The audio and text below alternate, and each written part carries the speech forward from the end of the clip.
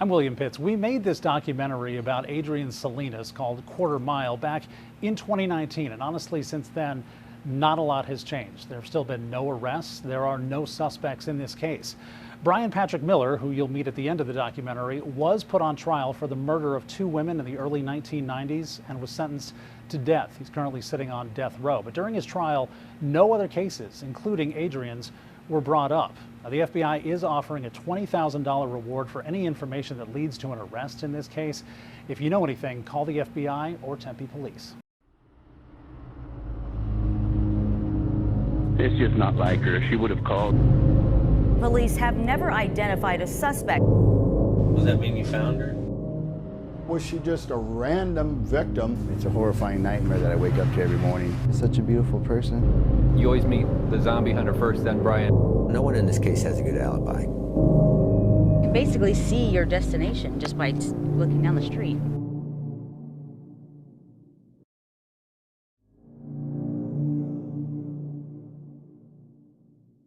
"19-year-old Adrienne Salinas vanished on June 15, 2013. Her body found in the desert months later.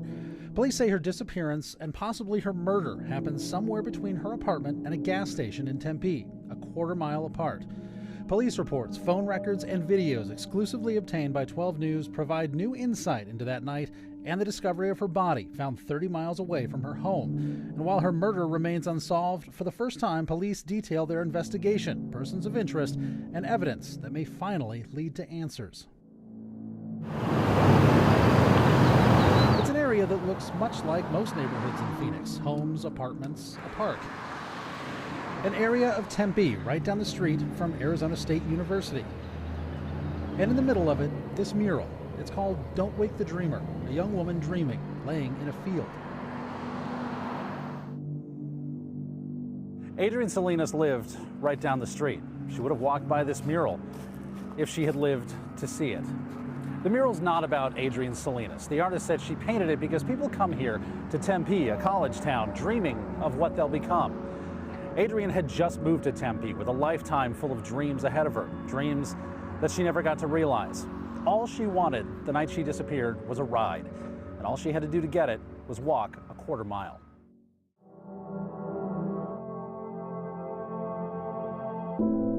Everyone talks about the smile. She has it, almost beaming, in every single photo, without exception. Her friends described her as one of the nicest, sweetest people they'd ever met.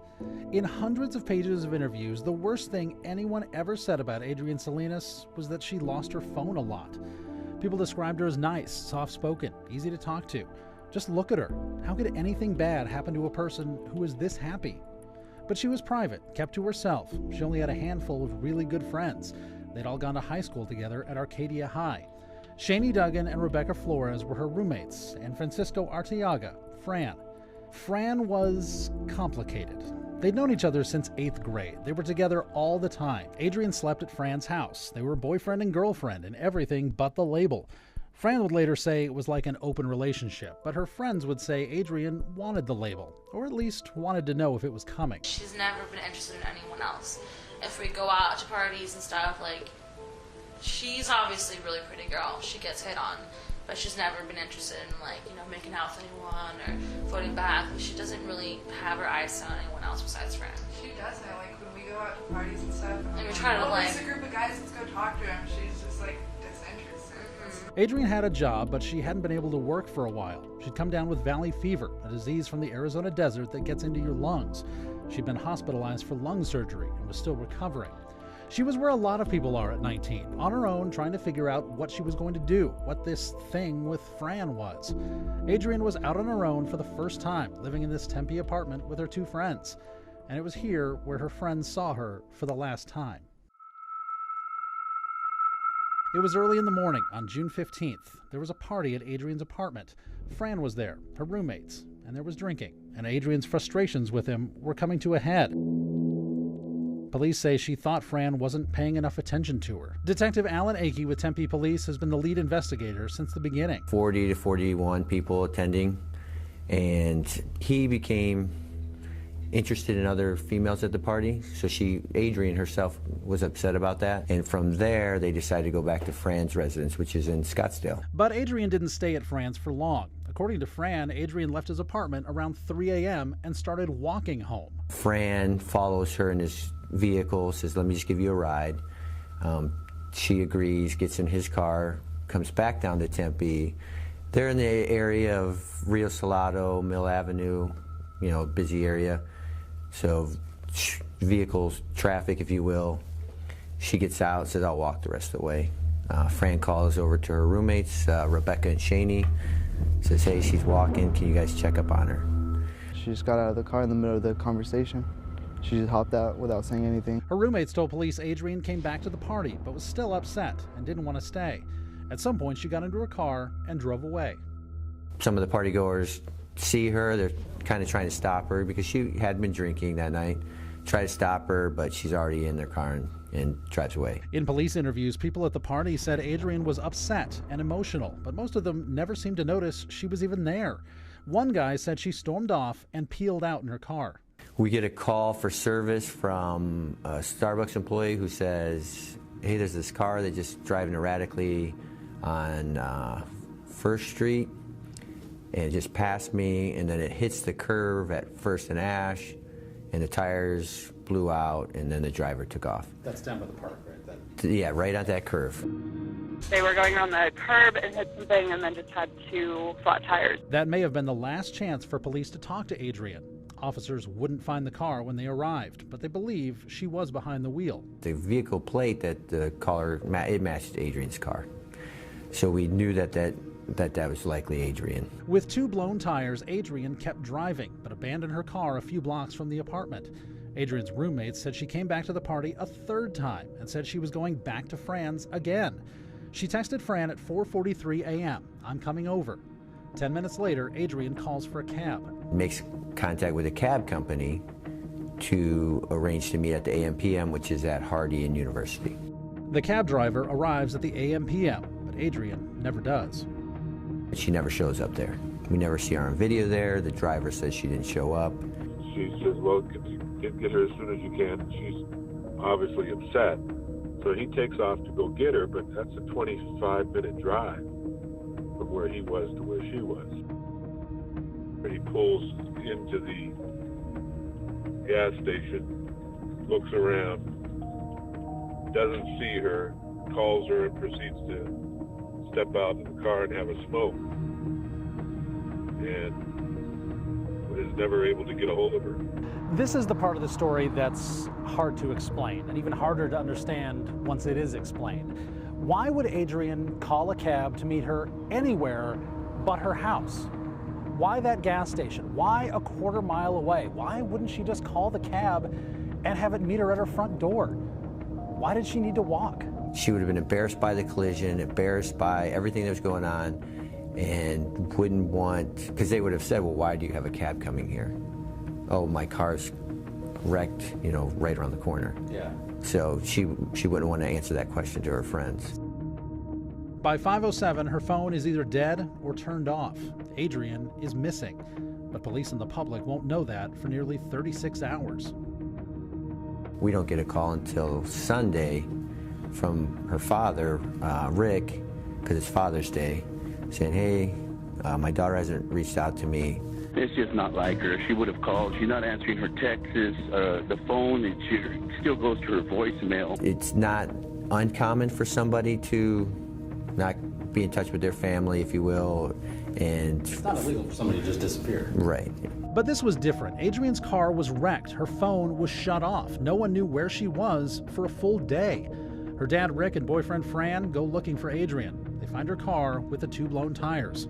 Police impound it, search it, but don't find anything. So we have the vehicle, we have her clothes, but we don't know where she's at that point. So the last place we can put her is in her apartment because her clothes are there. You know, my thoughts are scattered. It's more of physical pain now, the torture, the living hell that I'm going through right now because of not knowing. And then the possibilities of her being in a harmful situation flashed through my mind. It's very hard, very, very hard on all of us not to know where she's at, not to know what she's going through. She just disappeared in the air. It's devastating for myself and the family. Yeah, it's just my whole world's turned upside down, and it's a horrifying nightmare that I wake up to every morning, not knowing where my baby girl's at. You know, for Christ's sake, let us give us some information on what. If somebody did see something, somebody knows something, just please come forward with any information so they can just put the pieces together and figure out what is actually taking place. Tempe PD heightens their investigation. They look at what's normal behavior for Adrienne. None of what happened is normal. It sounds like she would always go with a friend and always be with somebody, just not somebody that would just randomly take a walk by themselves. The investigation continues for months. Police search the neighborhood and find no trace. There is a lot of things happening. We're just waiting for a breakthrough, for a good solid lead. A good solid lead never comes.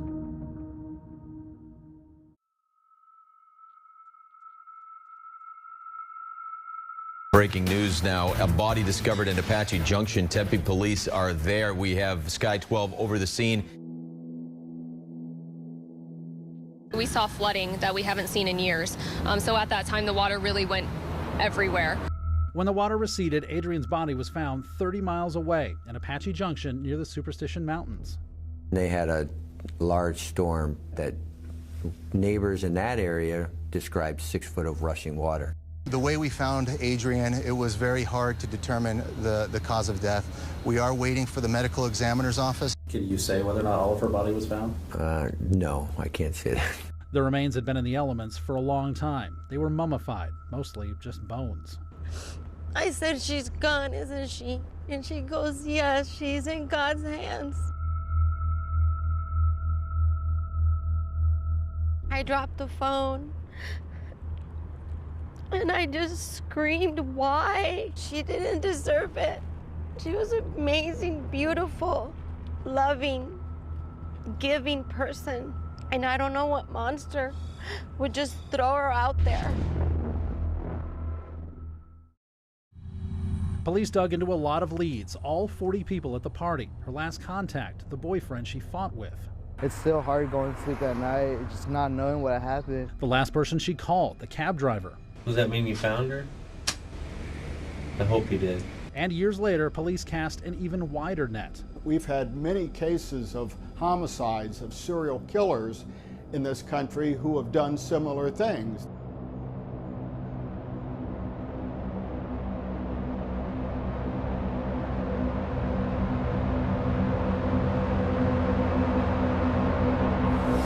No one in this case has a good alibi.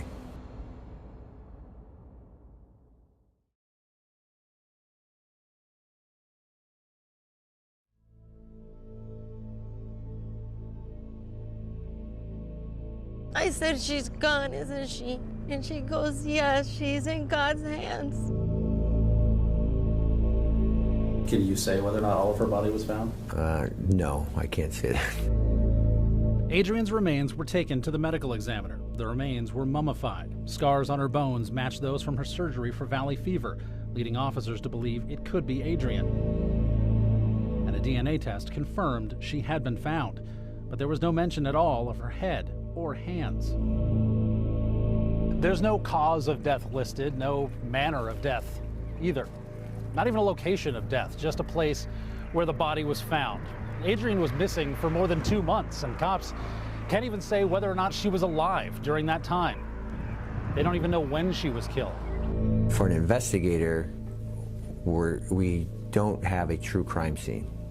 And that's a crime scene gives us a lot of evidence and information. Detective Akey went back to the beginning. The night of the party, 40 people were there. Not one of them says they saw what happened to Adrienne that night. So we've interviewed all the occupants or all the people who have been in the apartment. Maybe there's somebody that was attending the party that took an interest in an intoxicated female. You know how that, that dynamic works. And there's a possibility that it escalated and got out of control. I was the last one to see her drive off. Shani Duggan and Rebecca Flores talked to police a few days later. They both said they had no idea where Adrienne was, but that she would not have run off on her own. She went upstairs, and that's the last I saw her, because I was, gonna let her hang out with people at the party. She's aware that we've talked about how she could, our sick joke of how she could easily get stolen into a car and shit. She would not just go away. She was just caught up in seeing Fran, I think. I really think that she was just determined to be there. When she couldn't get a hold of him, she got livid and was just like, I'm driving over there. I tried to talk to Shani, and for a while it seemed like she would do an interview, but I was never able to talk to her about that night. We've been unable to find Rebecca Flores. After the roommates, police turned their attention to Fran. I live through it every day, honestly. The percentages of some random occurrence happening are very low. So the percentage of a stranger abduction and murder is so much lower than somebody who's involved with somebody and has a motive, if you will, and has that passion of something's going on between the two of them that would create that. So statistically, it would be somebody that knew her or was closer to her. Adrienne was in Fran's car more than once. People at the party told police they got in a fight that night over whether or not they were boyfriend and girlfriend. Fran later told the cops that they had grown apart and weren't serious anymore. But police believe Adrienne was upset and heading to his house. Hello? Francisco. Yes? This is Detective Akey. How's things going? Okay. All right. Have you had any word or anything? No, nothing new. Police stayed in touch with Fran for years. We obtained multiple recordings of those interviews. Let me ask you this. Would you do anything to find her? Huh? Would you do anything? Oh yeah, I've been doing everything. I've been in Tempe, passing out flyers 2 times a day, before and after work. Police also interviewed Fran's roommates, who said they saw him at home sometime between 2 a.m. and 5 a.m. without Adrienne. The next morning, they found Fran asleep. When he couldn't get a hold of Adrienne the next day, his roommates told police he was beside himself, crying, passing out flyers. Detective Akey's reports say it appeared the roommate's story was genuine, not like they were trying to cover for Fran. See, I will never use the word rule out. Okay. We have interviewed him, extensively, and we've investigated. I know a lot of times people like to, rule out or whatnot, but no. Is he a suspect? No.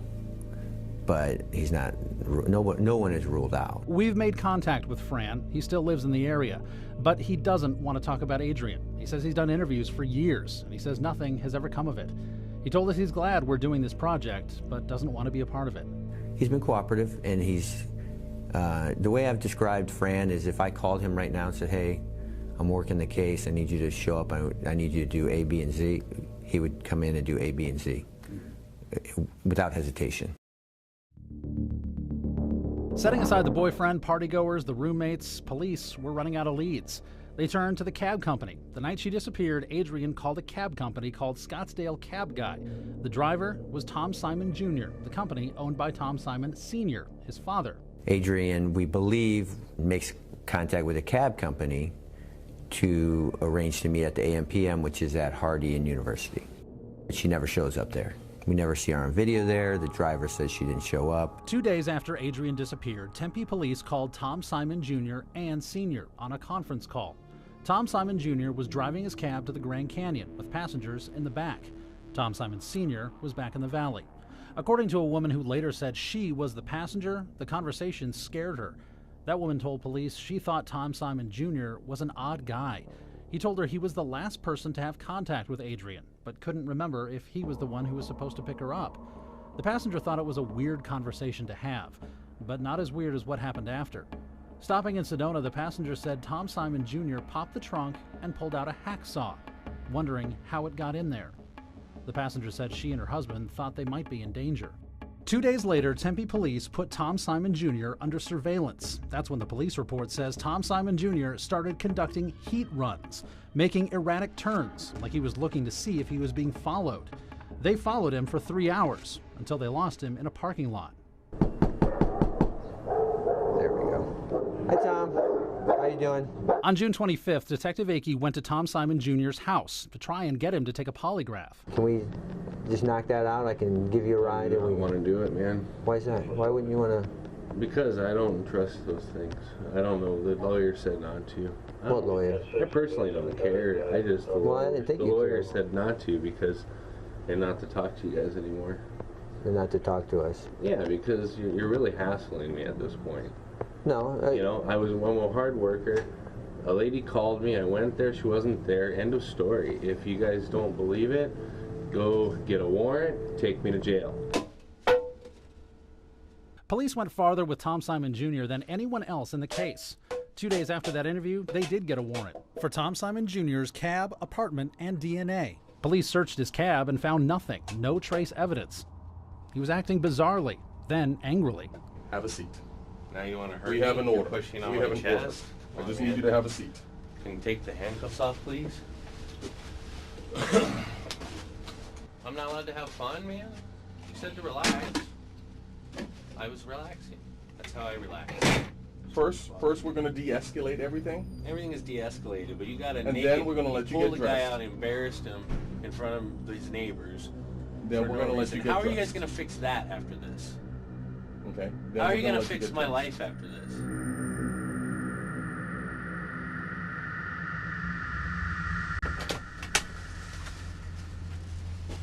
Cool. All right. You need to have a seat right over here. This is an order that we have. Okay. We're going to obtain buckle swabs from you. The hell is buckle swabs? And basically, we're going to take a DNA sample from you, from your mouth. Why do you have to do that? Because we have an order to do that. Okay? Which means that... Which means that. I don't care, man. Do whatever you gotta do. You guys are treating me like a criminal, and I'm Absolutely not. not. You are too. Absolutely not. Can you please stay in here? What's going on? Man, you guys are treating me like shit, dude.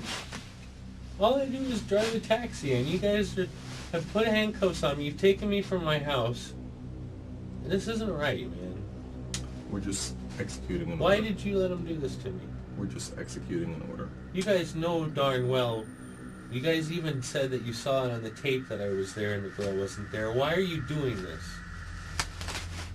To satisfy the family? Just to check every avenue?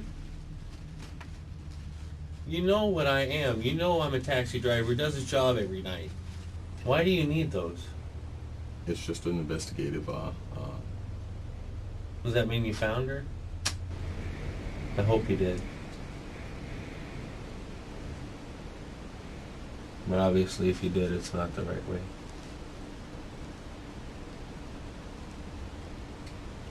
Not if you need buckle swabs. It's the first time I've ever had peace, man. I was doing something good. I was helping people every night. Every night, all I do is help people. That's it. I help people more than you do.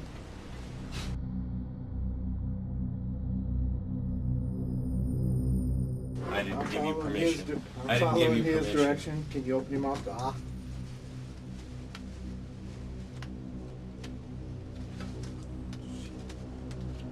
That's a violation.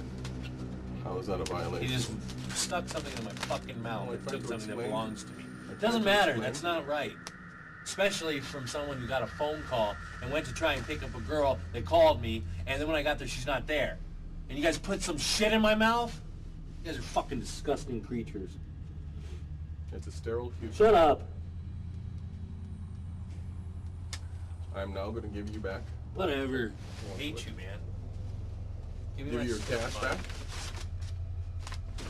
Your belt buckle, your 10 cents, and your... You're a disgusting human being. So is your fucking judge. There's a copy of this I at don't your give a residence. But I'm going to give you this copy I as don't well. care. Just in case you I don't want want to hear anything else from you.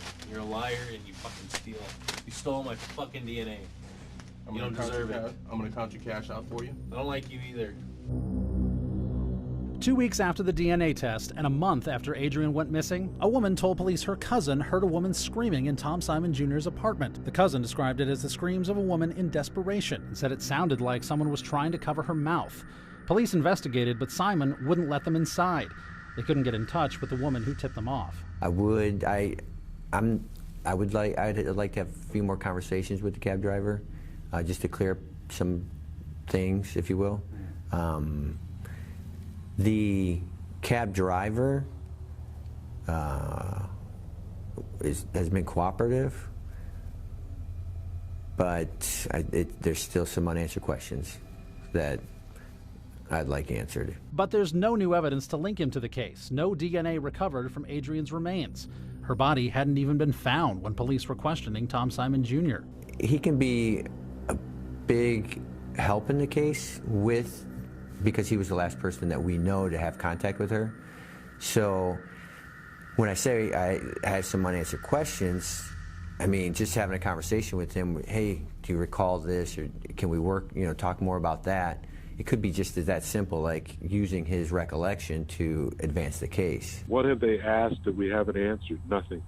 Tom Simon Sr. owned the cab company. He was Tom Simon Jr.'s boss and his dad. He talked about his own theories right after Adrienne's disappearance. Other cabs swing in and pick people up.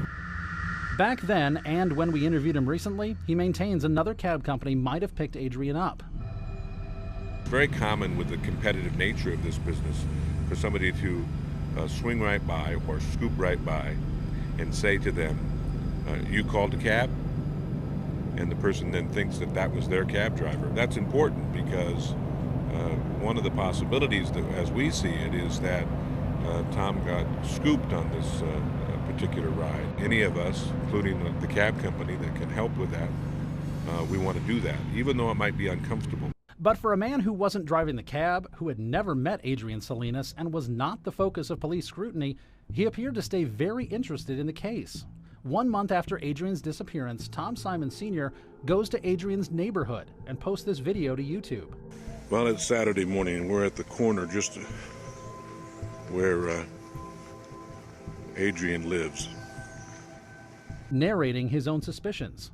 Heading south toward University.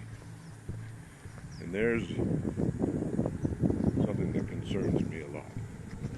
Look at that building. Completely empty. She would have had to walk by this box, and this box. All of which somebody could hide in. That video made Detective Akey wonder why Tom Simon Sr. would do that. Who posted? I saw the video. I have the video. That's certainly unusual behavior, and why somebody does that kind of video is a good question, and that's something I would want to ask him. These trash cans, and again that brick wall, and those bushes, and that brick wall, all which can lend themselves to coverage for somebody who wants to do harm. I spoke to Tom Simon recently, and he said he made the YouTube video to be helpful. I thought it would be helpful to document where she could have or may have walked, and I think it is helpful. Anybody who needs to jog their memory about what happened that night, they can take a look at that YouTube video, and they can see where it is possible that she could have walked. And there's nothing more. So that's where the videotape will end. Obviously, we've looked at his criminal history and are aware of that as well. Akey says that criminal history was another flag. Tom Simon Sr. was most recently arrested after his girlfriend at the time said he had forced her to have sex and threatened to blackmail her with an alleged video in 2018. Back down! Face away from me! Face away from me! Are you Thomas Simon? Go to your knees! You got radio. Scottsdale police took Simon into custody at gunpoint. Thank you very much. No problem. What's not in here? The laptop cord, and cell phone. Everything else is in there. And am I going to get some paperwork about that? But officers never found any videos or pictures. Those charges were dropped, but Simon pled guilty to a lesser charge of disorderly conduct. Years before that, there were separate charges of running from the cops in Arizona, forgery, and trafficking in stolen property. The stolen property charge sent him to prison for 6 years. His wife filed for divorce while he was inside. He did not contest it. He said he never told his wife about his criminal past. When you do things that are wrong and you make mistakes, you don't just pay for them that day, you pay for them for the rest of your life. Tom Simon Sr. says his past should not be relevant and that nothing he's done in the past connects him to the Salinas case. He is somebody that I am interested in for this case, yes, and for those very reasons. He is definitely somebody that I would, myself or anybody investigating the case, would probably want to talk about and at least explore. Yeah. Has anybody done that? No. Wow. An unwillingness on his end to have those conversations. But Tom Simon Sr. says he's cooperated with police, and the Tempe police know how to contact him if they want. He says he hasn't been asked any questions since 2013. Simon also thinks police looking at his son was a waste of Tempe PD's time. And there's not one time that they have requested anything of us that we have not given it to. I mean, I understand it's a difficult thing. You know, quite frankly, they don't have a suspect. And we want them to have a suspect. I think, quite frankly, that's the one thing that bothers me about is the amount of time that they spent on Tom. They don't know Tom. Because Tom doesn't have a bone in his body that could hurt somebody. Both Tom Simon Jr. and Sr. live out of state. They were never arrested or charged. Tempe police said they have never been declared suspects of any kind.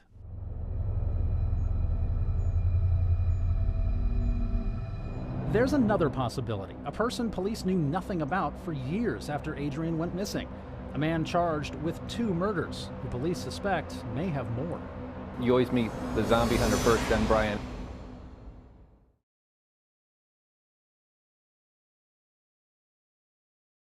Adrienne Salinas' body was found in a wash near the Superstition Mountains, 30 miles from where she was last seen. There was evidence her remains had been in the elements, mummified. Police have no idea how her body got that far away from her apartment. Was she targeted by someone who was at that party, or was she just a random victim of opportunity by some unknown suspect who may not have ever committed a crime like that before? Former FBI profiler Clint Van Zandt helped catch the Unabomber, helped profile Timothy McVeigh. We gave him everything we had on the Salinas case. In this investigation that we're looking at that has gone on for these number of years, the official information to the public still doesn't suggest cause of death or manner of death. We know there are reports that the victim's hands may have been missing or her head may have been missing. The autopsy makes no mention of Adrienne's head or hands, and no skeletal chart was included. What they found was mostly bones, mummified. Police won't say if her entire body was found. That's a grisly fact, but that can drive us in 2 different directions. Direction 1 could say there may have been animal activity that wasn't reported in the autopsy. It may have been due to weather conditions, heat, cold, rain. On the other side, if we say, okay, that is evidence of a terrible murder, that someone intentionally removed the victim's hands and the victim's head and the victim's clothes, well, why would someone do that? Well, unfortunately, that's not unnecessarily unique. We've had many cases of homicides, of serial killers in this country who have done similar things. It was as brutal as it was perplexing. 2 young women, 22-year-old Angela Brasso and 17-year-old Melanie Burness, found dead, their bodies mutilated. But just as suddenly as those murders started, the crime stopped without an arrest. Until now. Tonight, after more than 20 years, a Phoenix man is behind bars accused of both murders. This is 42-year-old Brian Patrick Miller as he made his initial appearance in court today. Not just mutilated, 22-year-old Angela Brasso had been decapitated. Her head was found 11 days later in a canal. 17-year-old Melanie Burness would be found in a canal a year later. Some knew Miller as zombie hunter because of what appeared to be an old police car he had with those words on the back. Undercover detectives in a ruse were able to obtain his DNA just this week. Our crime lab last night compared it to the DNA collected at the scene of these 2 homicides in 1992, and it was a positive match. Good friends, acquaintances? My best friend is in Cleveland. Brian's my best friend in Arizona. Keen Azaria knew Brian Patrick Miller as the zombie hunter. It was a character Miller would play at Comic-Cons and steampunk meetups. His car was decked out like a zombie hunter. There are photos of him dressed in costume. Azaria says he got to know Miller over the years and grew close to him. Though he's won most of them through these clubs. You'll find Comic-Con, all this stuff. They're kind of disposable, not in a bad way, but it's just, they are. You find very few that you can actually grow a relationship with, and he was the one that knew most. And, you know, we were birthdays over each other's houses. It just doesn't happen with every Comic-Con friend you get. Long before Azaria ever met Miller, Miller had a troubled past. In 1989, when Brian Patrick Miller was a teenager, he underwent a psychological examination and found he was in the superior range for intelligence. Managing his emotions through fantasies and escapism, was emotionally immature. He had taken medication for depression and anger. The psychologist's report said he had problems dealing with sexuality. Miller was recommended for the Juvenile Sex Offenders Program. A few months after that report, Miller stabbed an 18-year-old woman with a steak knife near the mall.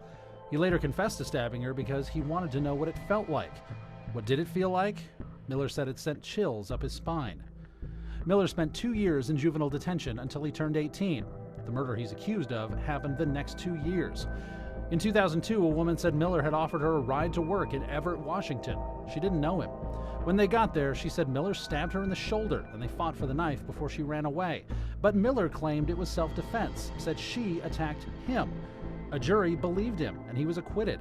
Shortly after, he came back to Arizona with his wife and daughter, where he met Azaria. The year before the arrest, our relationship really started off, and we started really, you know, talking about personal issues and his issues with women and stuff like that. And I never pried with him because I knew his level and I knew his limit, so I hardly ever pried. Did you have any point where you were looking at him and going, something's not right here, but I don't really know what it is? Pre-arrest? Yeah. No, we're on that safe, superficial level. Me, him, and many others there are very similar. And it's just an easy place to keep secrets. That's why I was so shocked. I was literally in shock on a 6 months easy, steady, the longest shock I've ever been in. And it finally tapered off after months. So surreal, it's just hard to believe. Boggles my mind, absolutely boggles the mind. Somebody had mentioned the name Adrienne Salinas in the crowd, whispering. They were all huddled together, you know. And from then on, I looked into it. I remember Adrienne. When you see her picture on anything, including a missing photo, missing poster, you just remember her. She's stunning, and it's like, do you remember the smile? It's like, yeah, I remember that face. I remember, and it was a big story. It was a huge story when it first happened.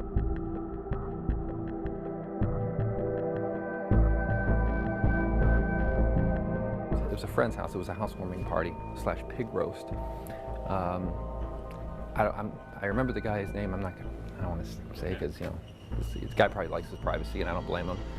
But it just so happened he was there, and he has, you know, Brian even had a notion for showing up early, helping out with things like that. So it just seemed like him that if he might have, it's just a hypothesis that just came to me, and I didn't want to shut up about it. I just, like, all right, well, it's starting to fit, a little uncomfortable that he was there in Tempe the same day. It's just. Well, you've got a woman about the same age. You can relate actually Salinas more to his the woman in Washington.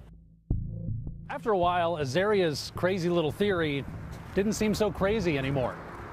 He sent a tip to Tempe police, telling them he thought they should check it out. I sent that anonymously under the name K or something like that, and then his secretary, somebody sent me back and said he wants to talk to you. Can you give him your number and, you know, go forward with it? I said, what can it hurt? So I gave him my number. He called me while I was in Scottsdale and said, come on down. And we went at this big table, and we're sitting at this, it's like Dr. Evil table. It was the strange, I've never been in this predicament before. It was so strange to me. And so he sits there, opens his manila envelope and slides this picture. I've never seen this picture of Brian before. Apparently it's maybe a Washington driver's license. It looked like a mugshot, I don't know. Is this the guy you wanted to clear the air, make sure it's who we're talking about? I said, yeah. And you know, at that moment I was struck with a real big feeling of guilt, because this was fresh, and it was so odd. Even thinking about my friend doing something like this, much less tipping police off to it. I was trying to fight for Brian then, you know. I was trying to fight for his innocence, and it was a subconscious kind of battle I was doing there. Still am to a point, but it's just the roughest thing I had been through. It's the same weekend, so he was at a party a mile away the same weekend. So if you consider he's under investigation for murder, and he's a mile away from our case, it's definitely on our radar. But I started thinking, you know, well, remember these treasure hunts that we used to go on? Brian used to go with me. Did you hear about that? All right. I think I read something about that. Okay, I worked, yeah, well, it started, I think, to say that I worked for the Times when I met Brian. I was a cartoonist there. And they had these treasure hunts, and they'd give you these Dr. Seuss kind of clues. And I won twice, and Brian was like, you know, we're all needing disposable money, and Brian's no more well off than I am. We both won. Like, all right, I'll split it with you, Brian. If you give me your car, let me take it. Well, the last one, about a year before Salinas went missing, was where I went looking around Weeks Wash, because there was this clue that said, look for the one with long arms, and everybody knew him in a cactus, and they already pointed out it was out west by that area, and they said, this is not a hunt for the weak. There's a lot of wordplay involved, and I said, Weeks Wash, let's go to Weeks Wash.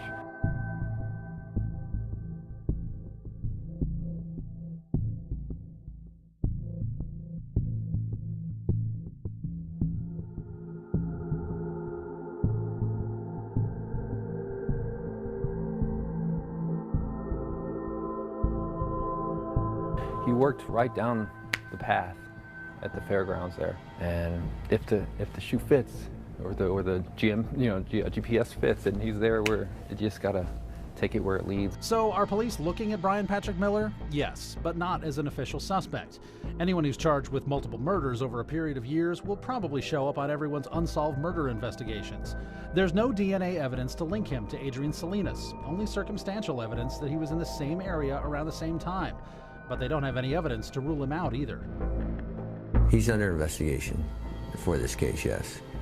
Another individual we'd like to have a conversation with and at least explore if he has any information into what happened to Adrienne Salinas. We talked to Brian Patrick Miller's lawyer. She'd never even heard of the Salinas case. It says Tempe PD has never asked to speak to her client. We've looked at Adrienne's friends, boyfriend, the cab driver, the cab company owner, even the accused serial killer. And so have the police. And at the end, we're where the police are. What we have are fading memories and a fading picture of a girl who used to live here. The neighborhood has changed a lot since Adrienne went missing. Maybe someday her murder will be solved, and this stretch of road will finally be free of ghosts.